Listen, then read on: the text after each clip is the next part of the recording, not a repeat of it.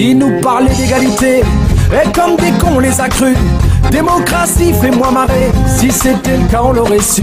Que pèse notre bulletin de vote face à la loi du marché? C'est con mes chers compatriotes, mais on s'était bien fait baiser. Et que pèsent les droits de l'homme face à la vente d'un Airbus? Au fond y a qu'une seule règle en somme, se vendre plus pour vendre plus. La République se prostitue sur le trottoir des dictateurs. Leurs belles paroles on n'y croit plus, nos dirigeants sont des menteurs. On lâche rien, on lâche rien, on lâche rien, on lâche rien, on lâche rien, on lâche rien, on lâche rien, on lâche rien.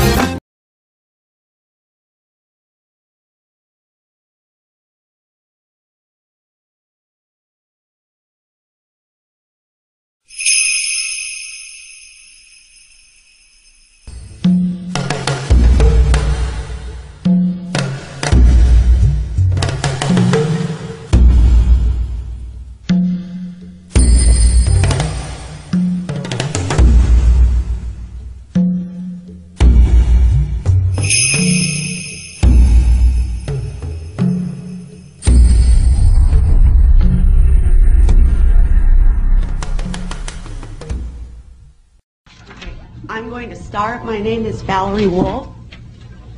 In listening to the testimony today, it all sounds really familiar.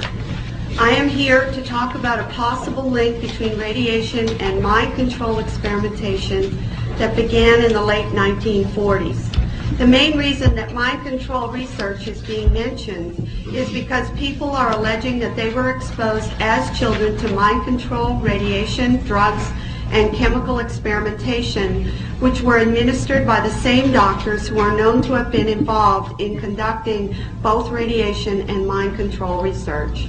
Written documentation has been provided revealing the names of people and the names of research projects in statements from people across the country.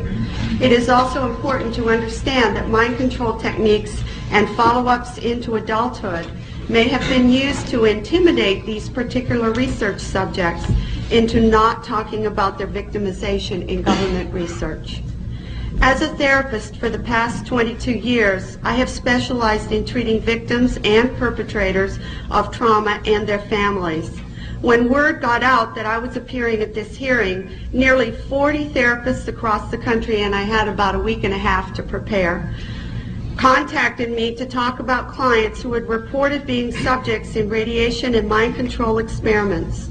The consistency of people's stories about the purpose of the mind control and pain induction techniques such as electric shock, use of hallucinogens, sensory deprivation, hypnosis, dislocation of limbs, and sexual abuse is remarkable. There is almost nothing published on this aspect of mind control used with children, and these clients come from all over the country having had no contact with each other. What was startling was that therapists reported many of these clients were also physically ill with autoimmune problems, thyroid problems, multiple sclerosis, and other muscle and connective tissue diseases, as well as mysterious ailments for which a diagnosis cannot be found. While somatization disorder is commonly found in these clients, many of the clients who've been involved in the human experimentation with the government have multiple medically documented physical ailments. And I was really shocked today to hear one of the speakers talk about the cysts and the teeth breaking off, because I have a client that that's happening to. Many people are afraid to tell their doctors their histories as mind control subjects for fear of being considered to be crazy. These clients have named some of the same people, particularly a Dr. Green, who was associated with clients' reports of childhood induction of pain, mind control techniques, and childhood sexual abuse. One of my clients who had seen him with a name tag identified him as Dr. L. Wilson Green.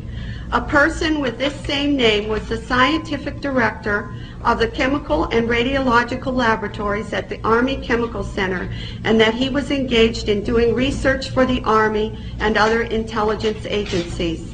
Other names that have come to light are Dr. Sidney Gottlieb and Dr. Martin Orn, who it is reported were also involved in radiation research.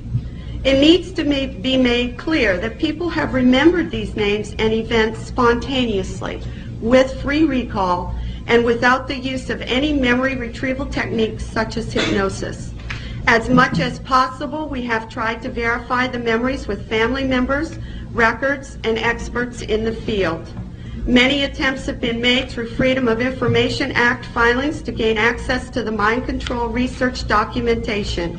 These requests have generally been slowed down or denied, although some information has been obtained, which suggests that at least some of the information supplied by these clients is true. It is important that we obtain all of the information contained in the CIA and military files to verify or deny our clients' memories. Although many of the files for MK Ultra may have been destroyed, whatever is left, along with the files for other projects, such as Bluebird and Artichoke, to name only two, contain valuable information. Furthermore, if, as the evidence suggests, some of these people were used in radiation experiments, there might be information in the mind control experiment files on radiation experiments.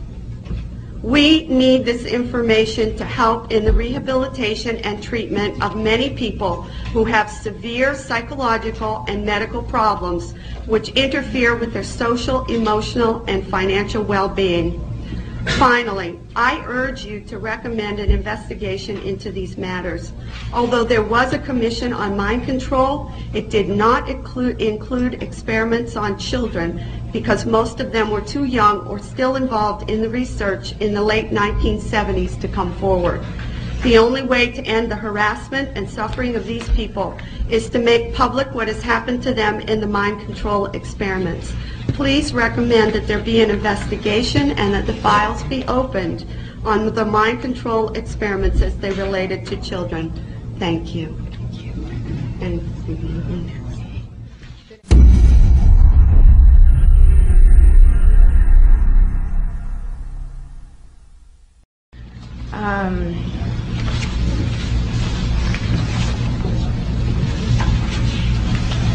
I'm Christy Nicola, born July of 1962, rendering me 32 years of age. I was a subject in radiation as well as mind control and drug experiments performed by a man I knew as Dr. Green. My parents were divorced around 1966, and Donald Richard Ebner, my natural father, was involved with Dr. Green in the experiments. I was a subject from 1966 to 1976. Dr. Green performed radiation experiments on me in 1970, focusing on my neck, throat, and chest, 1972 focusing on my chest and my uterus in 1975. Each time I became dizzy, nauseous, and threw up. All these experiments were performed on me in conjunction with mind control techniques and drugs in Tucson, Arizona. Dr. Green was using me mostly as a mind control subject from 1966 to 1973. His objective was to gain control of my mind and train me to be a spy assassin. The first significant memory took place at Kansas City University in 1966. Don Ebner took me there by plane when my mom was out of town. I was in what looked like a laboratory, and there seemed to be other children. I was strapped down, naked, spread eagle, on a table, on my back. Dr. Green had electrodes on my body, including my head. He used what looked like an overhead projector and repeatedly said he was burning different images into my brain while a red light flashed aimed at my forehead. In between each sequence, he used electric shock on my body and told me to go deeper and deeper, while repeating each image would go deeper into my brain, and I would do whatever he told me to do. I felt drugged because he had given me a shot before he started the procedure. When it was over, he gave me another shot. The next thing I remember, I was with my grandparents again in Tucson, Arizona.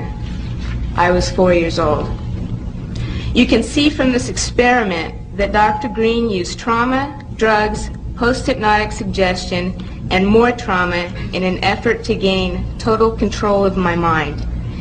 He used me in radiation experiments both for the purposes of determining the effects of radiation on various parts of my body and to terrorize me as an additional trauma in the mind control experiments. The rest of the experiments took place in Tucson, Arizona, out in the desert. I was taught how to pick locks, be secretive, use my photographic memory, and a technique to withhold information by repeating numbers to myself. Dr. Green moved on to wanting me to kill dolls that look like real children. I stabbed a doll with a spear once after being severely traumatized, but the next time I refused. He used many pain induction techniques, but as I got older, I resisted more and more. He often tied me down in a cage, which was near his office. Between 1972 and 1976, he and his assistants were sometimes careless and left the cage unlocked. Whenever physically possible, I snuck into his office and found files with reports and memos addressed to CIA and military personnel. Included in these files were project, subproject, subject, and experiment names with some code numbers for radiation and mind control experiments, which I have submitted in your written documentation. I was caught twice, and Dr. Green ruthlessly used electric shock, drugs, spun me on a table, put shots in my stomach and my back, dislocated my joints, and hypnotic techniques to make me feel crazy and suicidal. Because of my rebellion and growing lack of cooperation, they gave up on me as a spy assassin. Consequently, the last 2 years, 1974 to 1976, Dr. Green used various mind control techniques to reverse the spy assassin messages to self-destruct and death messages. His purpose? He wanted me dead, and I struggled to stay alive all of my adult life. I believe it is by the grace of God that I am still alive.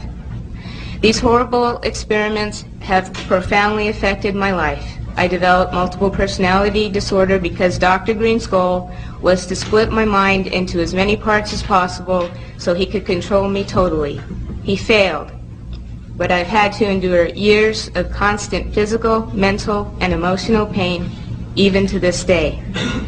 I've been in therapy consistently for 12 years, and it wasn't until I found my current therapist 2.5 years ago, who had knowledge of the mind control experiments, that I've finally been able to make real progress and begin to heal. In closing, I ask that you keep in mind that the memories I've described are but a glimpse of the countless others that took place over the 10 years between 1966 and 1976. That they weren't just radiation, but mind control and drug experiments as well. I have included more detailed information of what I remember in your written documentation. Please help us by recommending an investigation and making the information available so that therapists and other mental health professionals can help more people like myself. I know I can get better. I am getting better. And I know others can too, with the proper help. Please help us in an effort to prevent these heinous acts from continuing in the future. Thank you very much.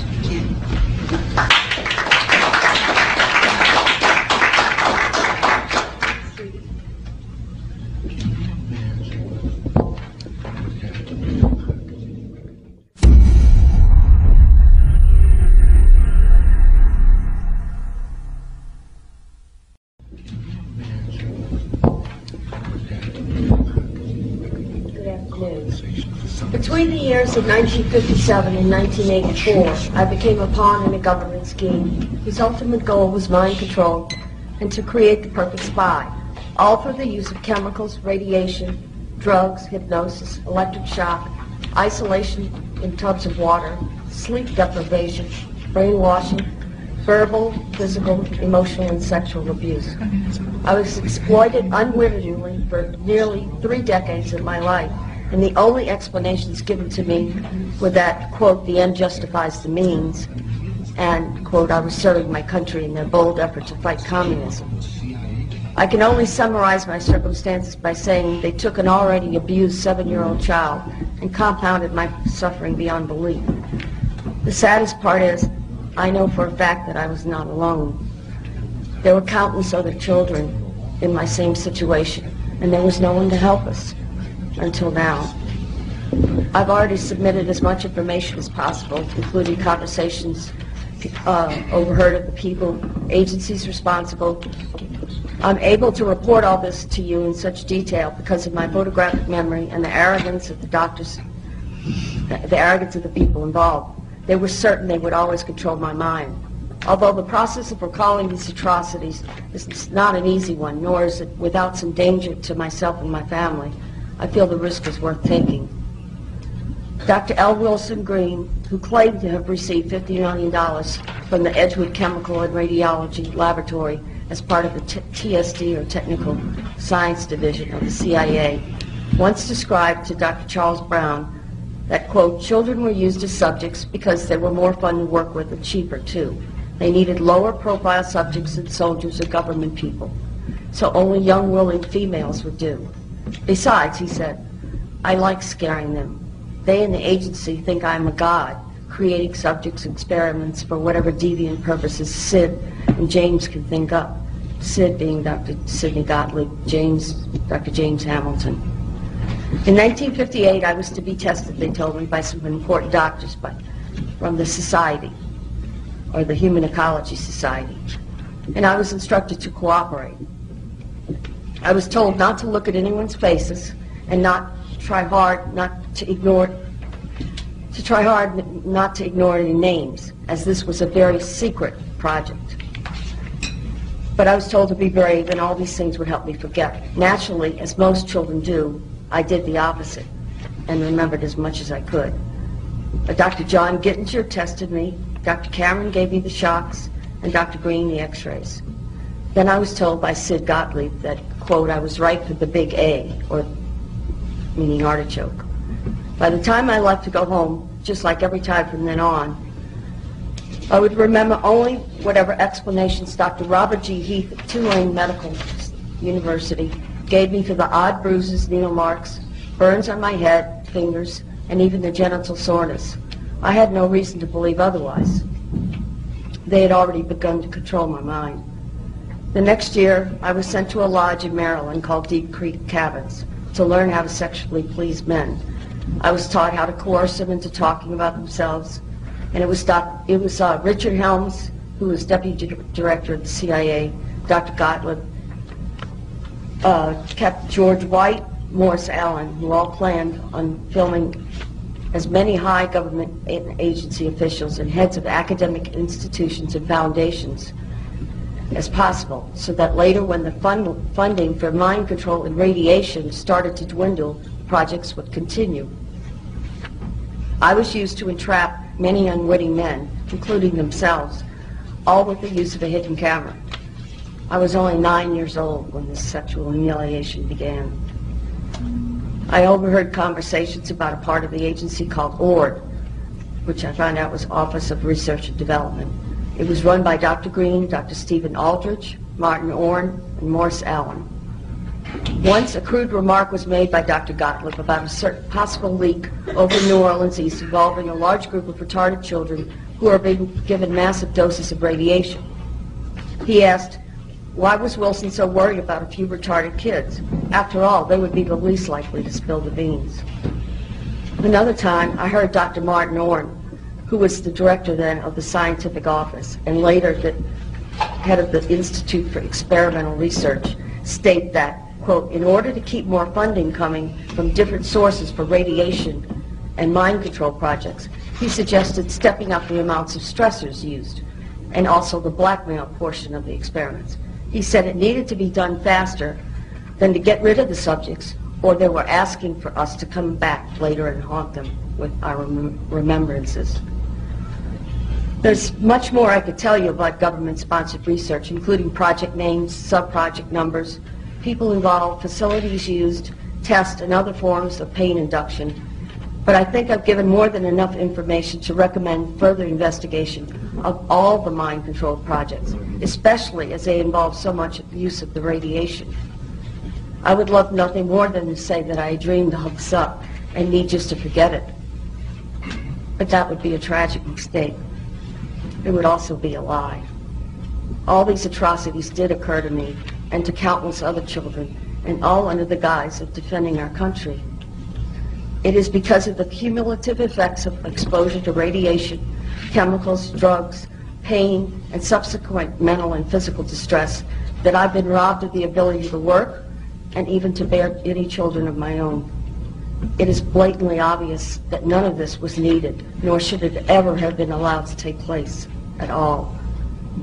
And the only means we have to seek out the awful truth and bring it to light is by opening whatever files remain on all the projects and through another presidential commission on mind control. I believe that every citizen of this nation has the right to know just what is fact and what is fiction. It is our greatest protection against the possibility of this ever happening again. In conclusion, I can offer you no more than what I've given you today, the truth. And I thank you for your time.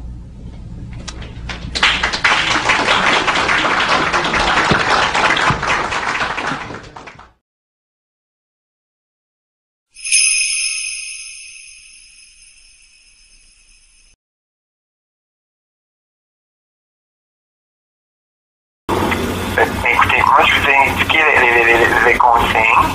Mais comme je vous dis, si pour avoir une policière présente, je me présente pas. Je suis pas là pour visiter des policiers, puis je suis pas là pour... Madame, c'est pas une policière qui est là pour vous arrêter, là. Qu'est-ce que... je trouve que ça n'a pas de bon sens, monsieur. On est supposé de parler des visites de mon fils, puis là, vous me dites que je vais avoir une rencontre avec une policière. C'est quoi ça?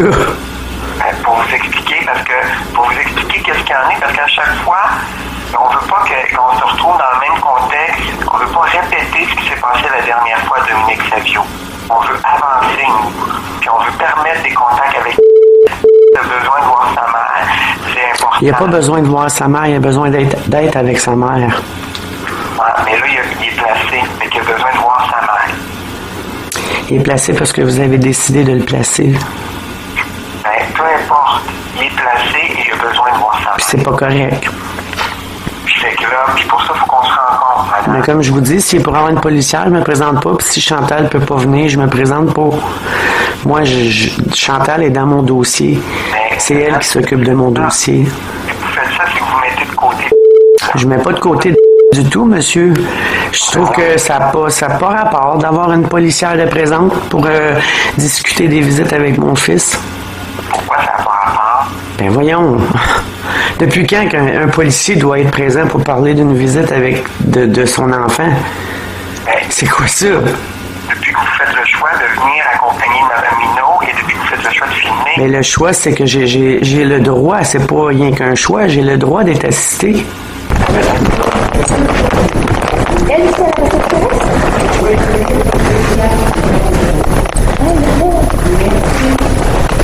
Non, madame, est-ce que c'est moi qui parle à on me demande la fille du policier, j'appelle. Oui, non, vous avez dit qu'on était agressif. Est-ce que c'est quoi? Vous parlez avec les policiers. Pas la police a inventé qu'il y a du nombre d'agressifs. C'est des libelles diffamatoires, c'est criminel, madame. Puis-je avoir votre nom? On va demander aux policiers de demander vos noms, c'est notre droit légal à quitter.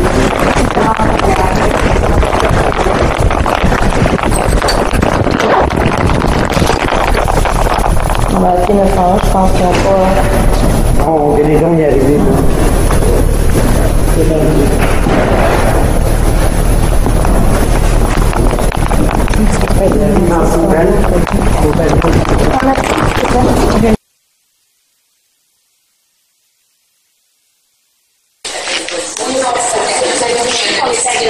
Je ne discute pas avec vous.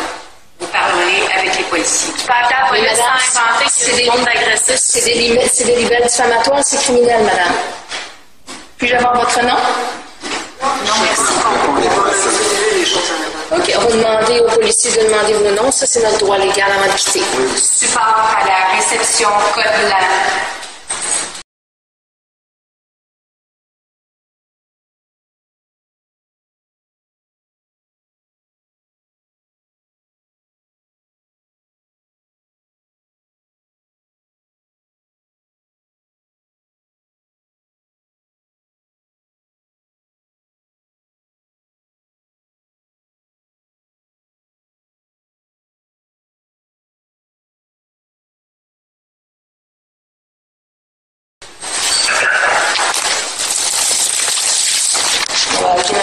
attention à ça. Oh, il y a des dons, il est arrivé, là. Il est arrivé.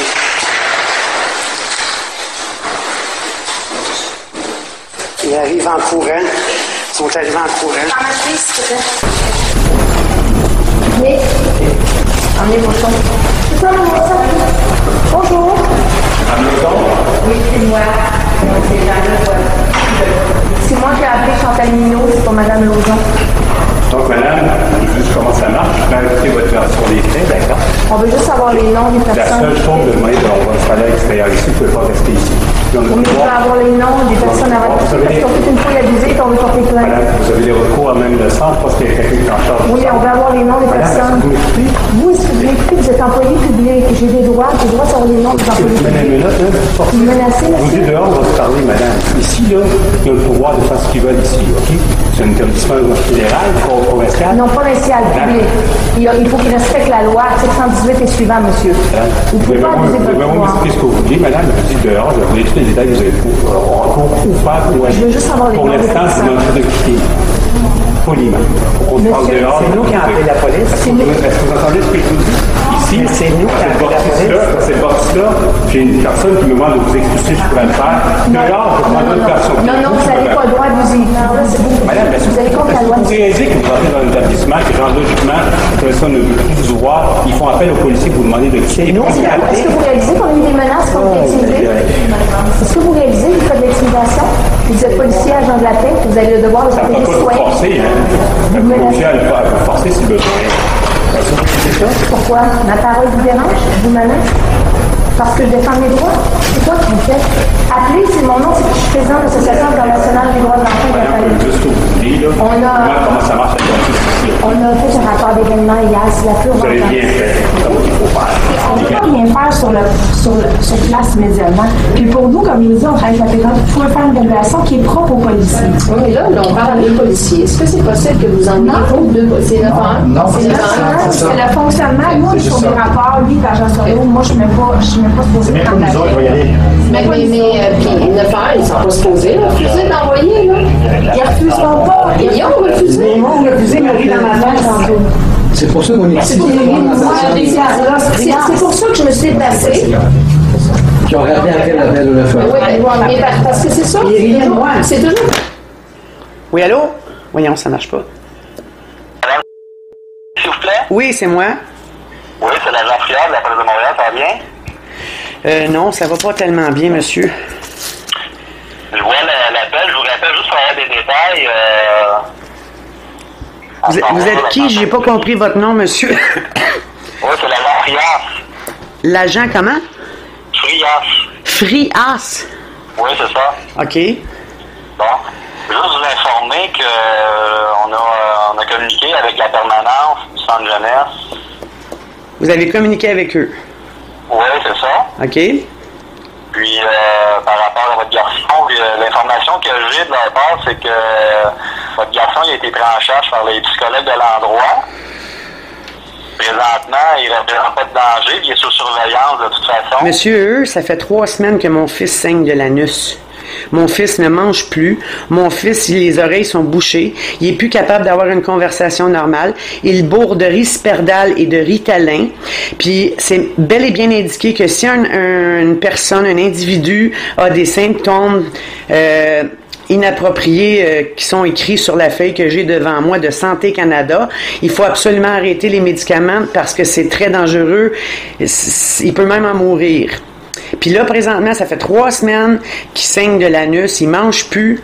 J'ai demandé à ce qu'il soit vu par un médecin. Il refuse de l'envoyer voir un médecin. J'ai demandé à plusieurs intervenants. J'ai demandé au centre Dominique Savio. Puis eux, ils veulent en rester là. Moi, je ne veux pas. Je veux qu'il soit hospitalisé d'urgence à l'hôpital Maisonneuve-Rosemont, selon l'Association internationale des droits de l'enfant et de sa famille, car c'est eux qui s'occupent de mon dossier. Ma psychoéducatrice s'appelle Chantal Minot. Son adjoint, c'est Adam Richard. C'est eux qui s'occupent présentement du dossier. Puis ils m'ont suggéré fortement à ce que mon fils soit hospitalisé à Maisonneuve-Rosemont, puis que je vous appelle pour vous en faire part, puisque eux refusent de le faire soigner. Il est extrêmement malade présentement, mon fils, monsieur. Il a été même jusqu'à essayer de se suicider aujourd'hui. OK. Nous, il m'a informé que l'ambulance était là-bas pour concernant votre garçon. C'est sûr que si les ambulanciers constatent que médicalement, votre garçon va... Monsieur, je veux qu'il y ait un test de maladie vénérienne. Il a l'anus qui saigne depuis 3 semaines, monsieur. Il a mal à son anus. Il n'est pas capable de faire caca. Il y a quelque chose qui ne va pas, là. C'est urgent, là. Il saigne. Il a même fait une hémorragie.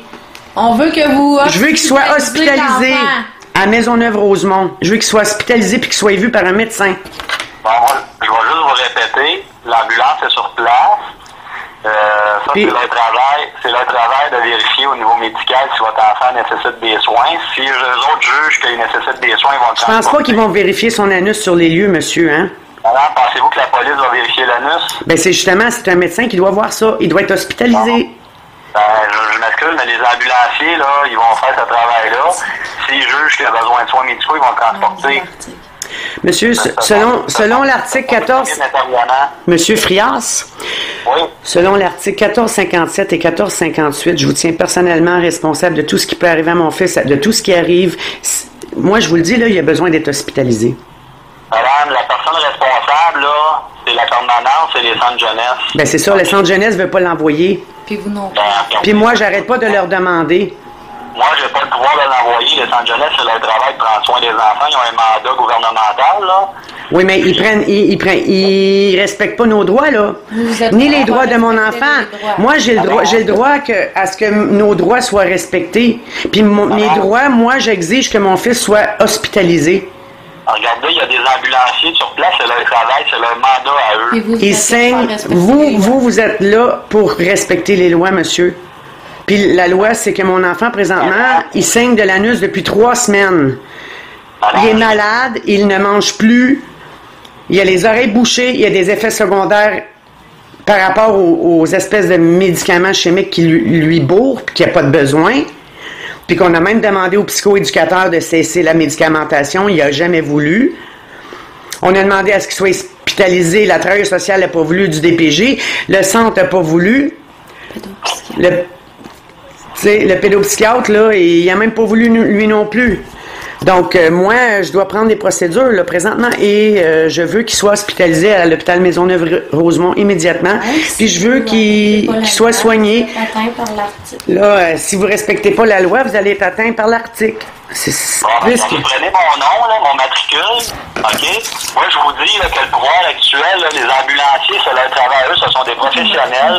Si une vie est en danger, ils vont transporter la personne. Est-ce que vous comprenez? Comment est-ce qu'ils vont faire pour vérifier son anus sur les lieux? Ils vont prendre sur place, ils vont vérifier... Ils vont y faire un test de maladie vénérienne. Sur les lieux. On parle d'anus qui saigne, là. Ça fait 3 semaines, il fait une hémorragie, il mange plus. Madame, une hémorragie, il se viderait de son sang, les ambulanciers... Monsieur, c'est un signe d'abus sexuel quand un enfant saigne d'un anus à cet âge-là. OK? Je sais pas qui parle, là. C'est moi-même. C'est un ami, je suis accompagné. Je désire qu'il y ait un test de maladie vénérienne. Je désire qu'il soit hospitalisé à l'hôpital Maisonneuve-Rosemont. Mon fils est extrêmement malade. Présentement, c'est urgent. C'est quoi votre immatricule, monsieur? Mon matricule, c'est 5235. Puis en passant, la police va traiter de tout ce qui est criminel. Puis dites à votre partenaire en arrière, là, il me fait dire d'appeler un avocat. Les avocats, ils font pas plus grand-chose. Je m'excuse, monsieur l'agent, sauf qu'en tant que policier, vous êtes là pour faire respecter la loi, comme que vous dites, OK? En tant que policier, vous êtes là pour faire respecter la loi. Donc, tu dis que l'enfant, t'es là pour dans le fond, que les centres de jeunesse sont là pour protéger l'enfant. Donc, si les centres de jeunesse ne protègent pas l'enfant et qu'ils ne veulent pas l'envoyer se faire soigner dans le but que l'enfant obtienne des soins, tu es là pour faire respecter la loi que l'enfant a le droit à avoir des soins médicaux. Pour quelle raison que vous pensez que les centres de jeunesse feraient une telle chose de ne pas prendre soin? Ça fait 3 semaines qu'il l'envoie pas voir un médecin. Écoutez, monsieur, douteux.ca les lundis soirs de 20h30, de 21h30 à 22h30, puis vous allez comprendre pourquoi on croit que la DPJ ne veut pas faire soigner les enfants. On a des preuves à l'appui, monsieur. de tout ce qu'ils font. Regarde, moi, ça fait 3 semaines que j'entends les audios, là, comme de quoi que la DPJ se fout bien de l'enfant et qu'il saigne de l'anus. J'ai tout ça sur enregistrement. Ils feront rien pour ça. Ben, je m'excuse, là, mais un enfant qui saigne d'un anus, là, c'est pas normal. Ça fait 3 semaines, il a fait même une hémorragie, il mange plus. Il a besoin des soins présentement, là. Bon, écoutez... Puis eux autres, ils veulent rien faire. Donc, moi, je suis la mère, puis je tiens à mon enfant. Je l'aime, mon enfant. Je veux qu'il soit en santé, mon enfant. Je veux qu'il soit vivant, mon enfant. Puis là, il a besoin de soins. Ça fait 3 semaines que je leur demande à ce qu'il soit vu par un médecin, puis ils veulent pas. Je vais juste essayer de vous donner un numéro de téléphone. Laissez-moi de quelques secondes.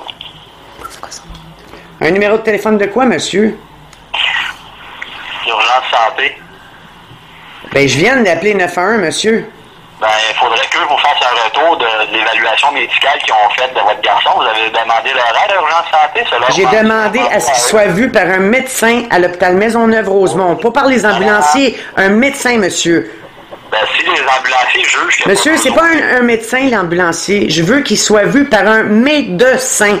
Bon, ben moi, j'ai pas le pouvoir. Si l'ambulancier, il a le pouvoir. T'as le pouvoir, vous avez le pouvoir de faire respecter la loi. Donc, bon, si l'ambulancier respecte pas les droits de l'enfant qui est de l'apporter à l'hôpital quand la mère demande de l'apporter à l'hôpital, vous êtes dans le devoir de faire respecter les droits. Le numéro en net d'urgence santé. Monsieur, c'est pas urgence santé que je veux qu'il soit hospitalisé. On veut que les droits de l'enfant soient respectés. Donc, qui fait respecter la loi? Un policier. OK, regardez, prenez mon nom, mon matricule, si vous avez une plainte à formuler. Là. Oui, bien sûr. C'est quoi votre prénom puis votre nom de famille? Carlos Friard, c'est matricule 5235. Moi, je vous réfère à Urgence Santé pour qu'ils vous disent si médicalement votre garçon a été vu. Ils vont pouvoir vous faire un retour de ce qu'eux ont évalué de votre enfant.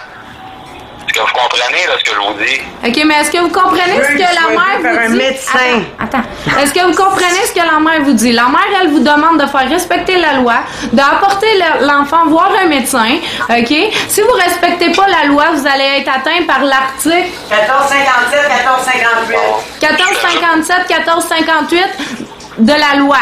Donc, vous êtes présentement informé que si vous ne faites rien, que vous respectez pas votre devoir en tant que policier, vous allez être poursuivi au criminel. Au tribunal.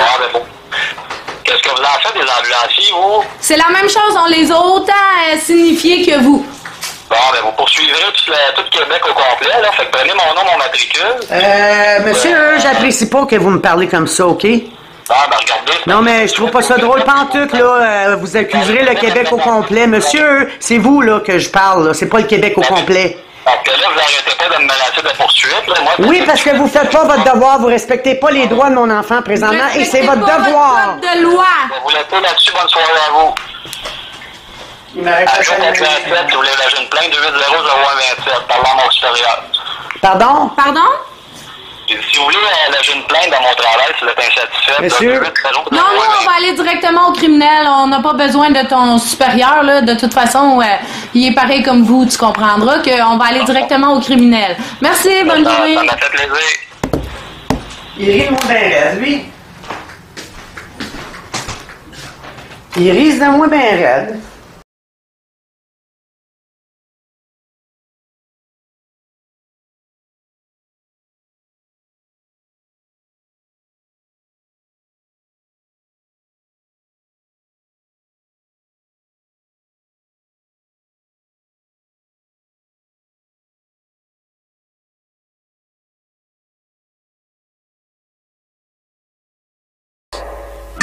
Par Osiris et par Apis, regarde-moi bien. Tu es maintenant un sanglier. Oui, un sanglier. Demandez-vous pourquoi votre mère a plus de droit. Ouais, pourquoi ma mère a plus le droit et eux autres ont le droit? Qu'est-ce qu'elle a fait, ma mère, pour qu'elle ait plus le droit, elle, puis qu'elle, sa mère a plus? Selon vous. Pourquoi selon moi? Je vous pose la question, c'est vous qui l'avez faite. Selon vous, pourquoi plus le droit? Il n'y a aucune raison. Demandez-y, c'est qui a pris cette décision-là? Est-ce que c'est vous ou c'est lui? Ouais, c'est qui l'a pris la décision? C'est vous. Pourquoi vous l'avez pris, vous? Vous le savez très bien, je vous l'ai dit la dernière fois. Non, je ne sais pas, vous m'avez rien dit, monsieur. Vous ne me dites rien, monsieur. Si je vous l'ai dit la dernière fois. Non. Alors, dites-le. Dites-le. Frappez. Dites-le, pourquoi? Quoi? Silence! On se concentre. Où en étais-je? Ça fait 2 fois qu'elle dit ça que je suis agressif.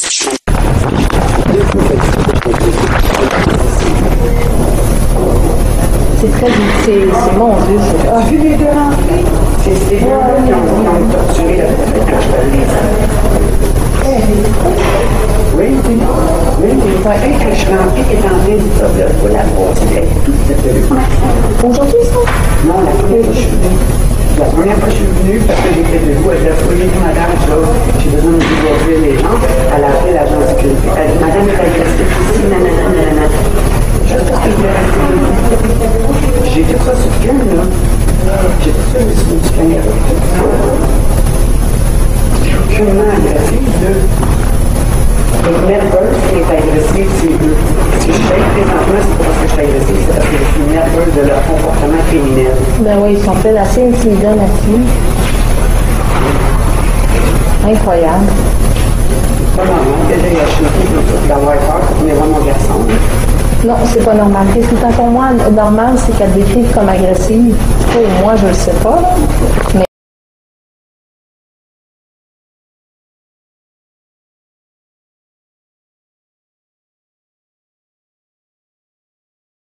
Mais Savio, puis je viens de voir quelque chose de vraiment horrible.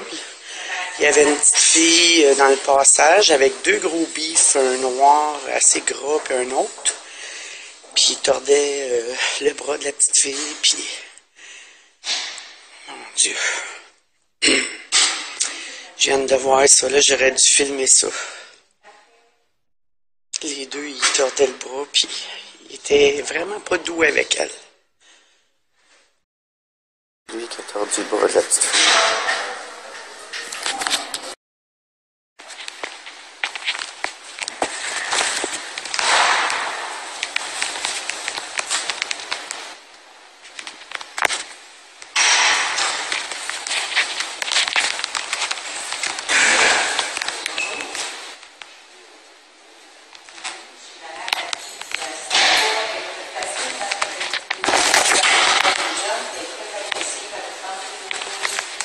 Pardon?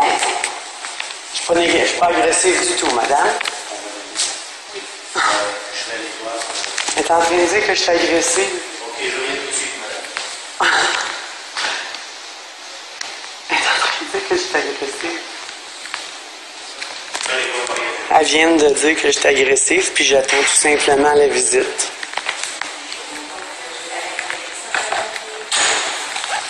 La dame vient de dire que je suis agressive. J'attends tout simplement mon enfant pour manger puis pour la visite, puis je suis avec ma mère présentement. Je suis aucunement agressive, j'ai juste dit, mon Dieu, la force qui a été faite par rapport à l'enfant, c'était pas nécessaire là, ce que j'ai vu, là. C'est tout ce que j'ai dit. Je suis aucunement agressive, mais elle dit que je suis agressive.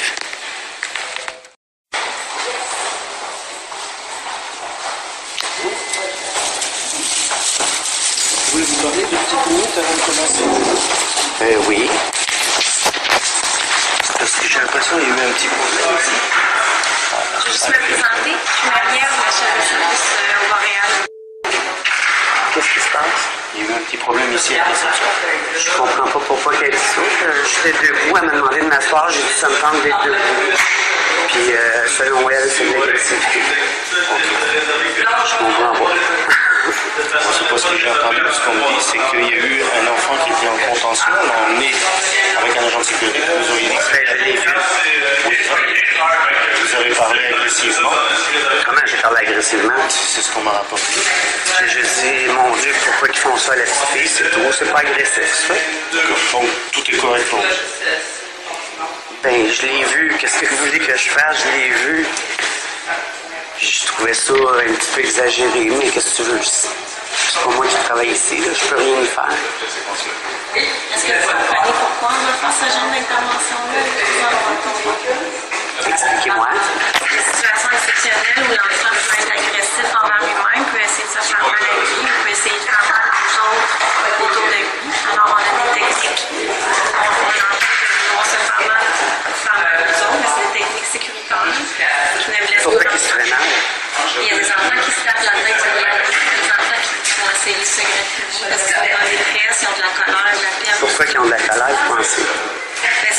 chaque histoire, chaque enfant a son histoire.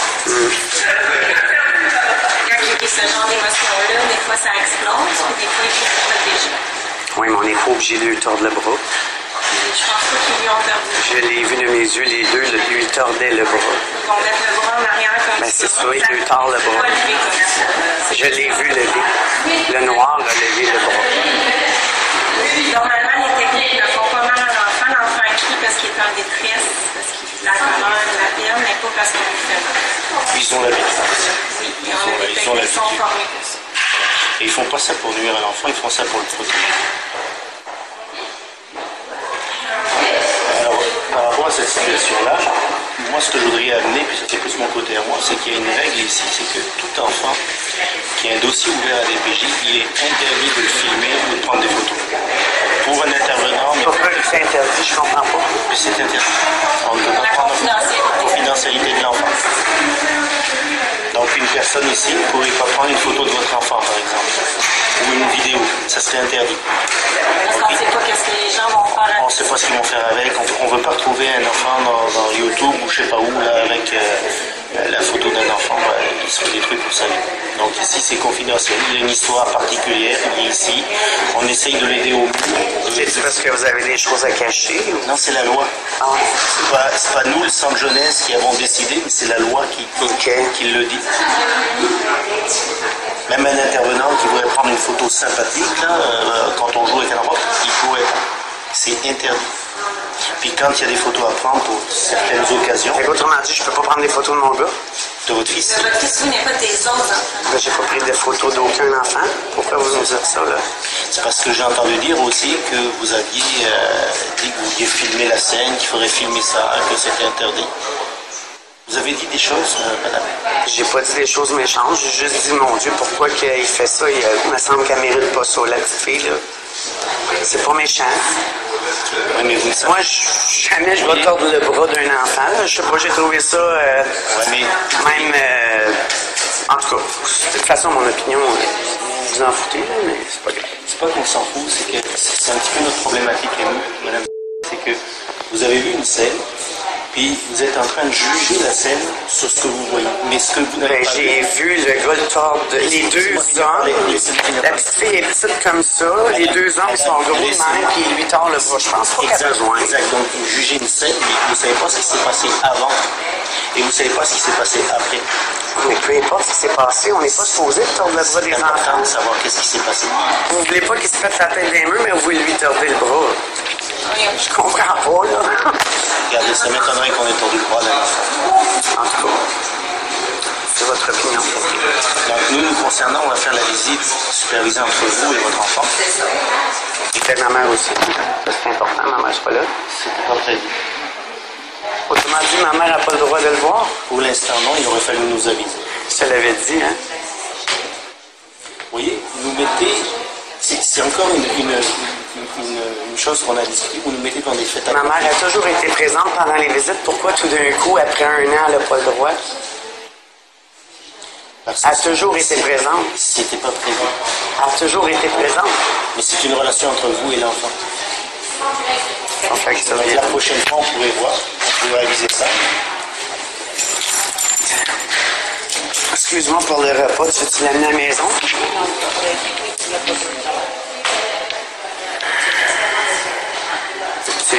Ça viendra. Ma tapée. Merci.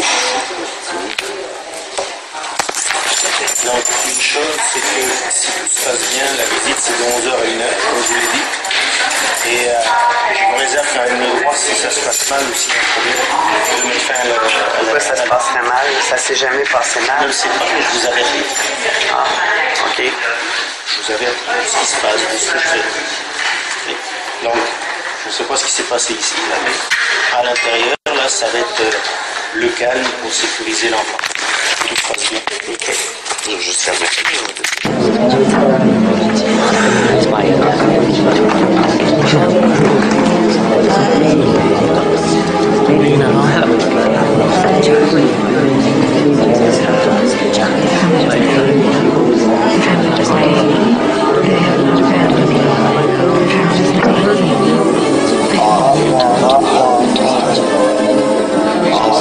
Mind control, touch, and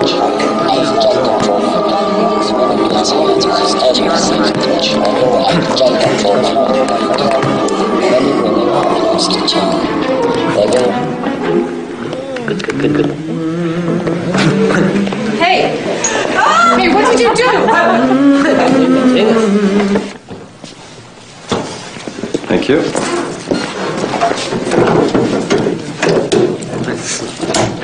Go ahead. My family does not hate me.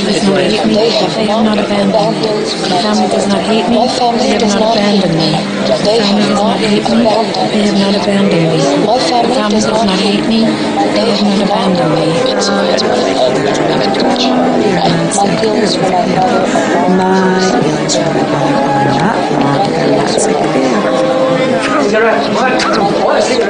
What? Do you hear me? I want to sing a Many women have lost a child. They go on. It was not my fault. Many women have lost a child. They go on. It was not my fault. Many women have lost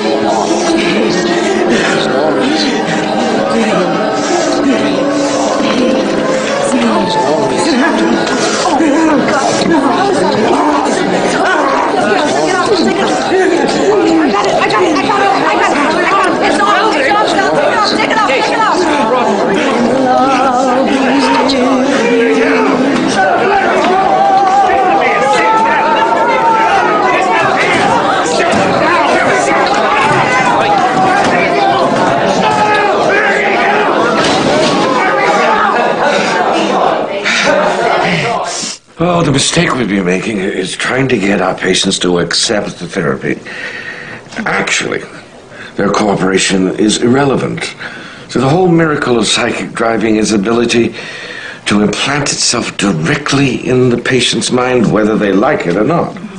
Yes, but we still have to get them to listen. Yes, but we don't have to give them a choice in the matter.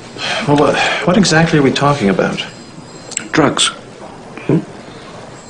Say that the patients are asleep or paralyzed or in a light coma. Any physical or conscious mental ability to resist the driving statement would be neutralized, but the subconscious mind would be completely vulnerable to the implanted statement. Chief, I'm not sure I feel comfortable using my patients as guinea pigs. Don't you want to cure your patients, Dr. Goldman? Now, isn't that your primary goal as a physician? Yes, of course.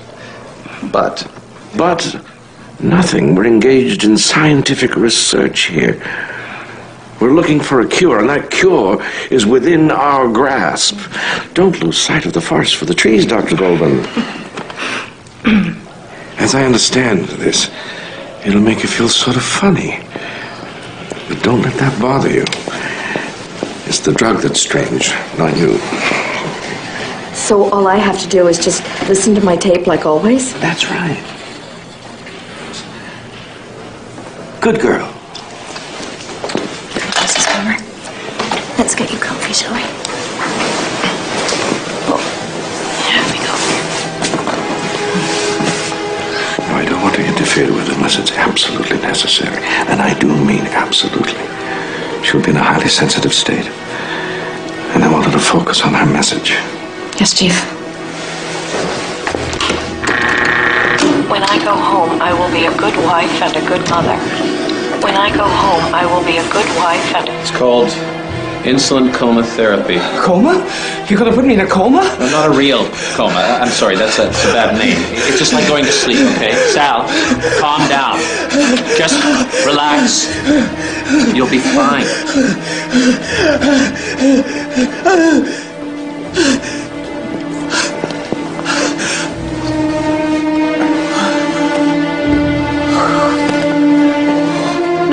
I don't want it, thank you. Don't be silly, you don't even know what it is. I don't care what it is. I don't want it. I don't want needles, no! Curare? No! Curare! I know what curare is, it's poison. It's not poison. Yes, it is, it's poison. They give it to the pygmies in the Amazon. Natalie, we are not in the Amazon. We are in a hospital and nobody wants to hurt you. Oh! Orderly! No! Stop! No, I don't want it! I don't want it! No!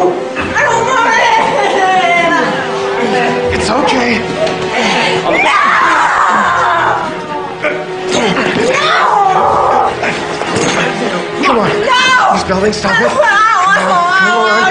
It's okay, it's okay. Ow! Ow! Ow! Stuff works fast, Okay. Miss Kelly, headphones. I am ready to start a new life. I am no longer attracted to my father. I am in control of my feelings. When I go home, I will be a good wife and a good mother. When I go home, I will be a good wife and a good mother. When I go home, I will be a good wife and a good mother. When I go home, I will be a good wife and a good mother. When I go home, I will be a good wife and a good mother. When I go home, I will be a good wife and a good mother. When I go home, I will be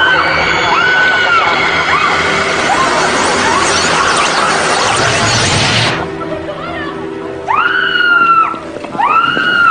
good mother. Can't you do something? Guard the cameras and not to interfere. I will be a good wife and a good mother. When I go home, I will be Christ, the poor thing. What did he give her? It's a new drug, LSD. Well, I don't think it's working. It is not your job to decide what's working, nurse. You just follow Chief's orders, all right? I will be a good wife and a good mother. When I go home, I will be a good wife and a good mother. I'm no longer attracted to my father. I am in control of my feelings. I am ready to start a new life. I am no longer attracted to my father. I am in control of my feelings. I am ready to start a new life. I am no longer... When I go home, I will be a good wife and a good mother. When I go home, I will be a good wife and a good mother. When I go home, I will be a good wife and a good mother. When I go home, I will be a good wife and a good mother.